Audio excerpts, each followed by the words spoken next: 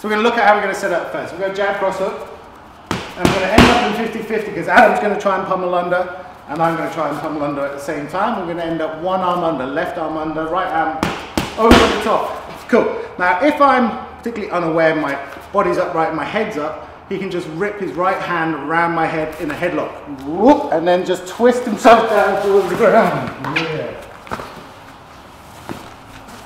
So you just literally schoolyard headlock here, drop down to his right knee and just rotate into it. Jab, cross hook, 50-50. If my head is up, so if my head's down, this is harder because I can duck it. But if my head's up and I'm not too switched on, there's this gap here on my neck. Right arm hits it hard. Oh, drop your right knee to the ground. Don't throw it. Yes, nice. So that's how you get the takedown. The problem with that takedown is momentum.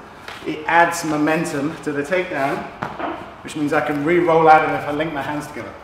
So he's in 50-50, grabs hold of my head, twist down, and I just keep twisting, and then I can end up on top. So you have to be aware of that. If you're going to do that type of throw, you want to try and sprawl as soon as you twist them down and then sprawl your weight so that they can't re-roll you over the top. Because if Adam rolls and I grip hold of him, our bodies are almost one. I just keep rotating and he roll him on top. So Adam goes for that headlock, drops his right knee down, starts to twist down. I just keep my hands together and twist, and then I can roll up on top and start to look for submission. So either sprawl your way, or the second way of doing it is to drive across instead of down. So I'll show you Adam. If I'm here, and Adam's head's up, if I can get my arm on the inside, this is good. I hit him in the head, and I run this way, rather than twisting.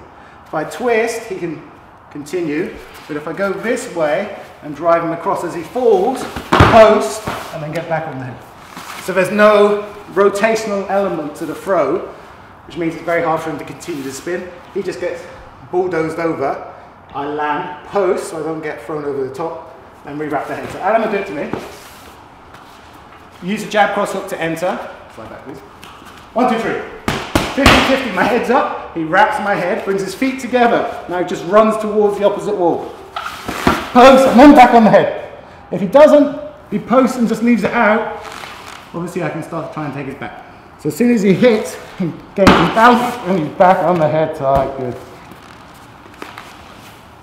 So the direction of takedown is different. On the previous one, the twist down, he would get in and then take me this way by rotating me down. On this one he's getting in and he's just running across me.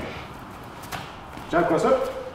50-50, heads up, hit me with the arm, run across, post head, and then he's back on. That's a nice solution to that twisting problem. The judo guys add in the leg trip on it. This is a hard fall for me, so I'll do it to Adam first before he does it to me. So in this 50-50 here, I can pummel this. This is good because that allows me to steer his arm. Back on the headlock. Drop down, my leg is lower than his knee. If it's upright, he can pop his hips in and pick me up. So I twist, my leg goes lower. There's a little pop on the leg, and then that throws him down. That's kind of a koshi-boom, a high goshi variation. So we get in the 50-50, control. Now this, when I learned this shot from Eric Paulson again, this is a strike. This is not me gently wrapping his head. I hit him with my bicep, boom, hard. You can knock people out from this position. Bam, bam. Notice my feet are loaded, my knees are bent, my hips are below his. I'm talking on his head.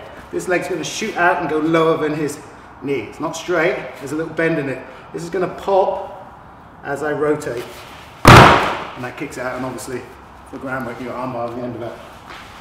So, these mats are really thin. Adam's not going to do it to me because I'll die. But he's going to get in the position. Switch on. Jab cross up. And then this 50-50.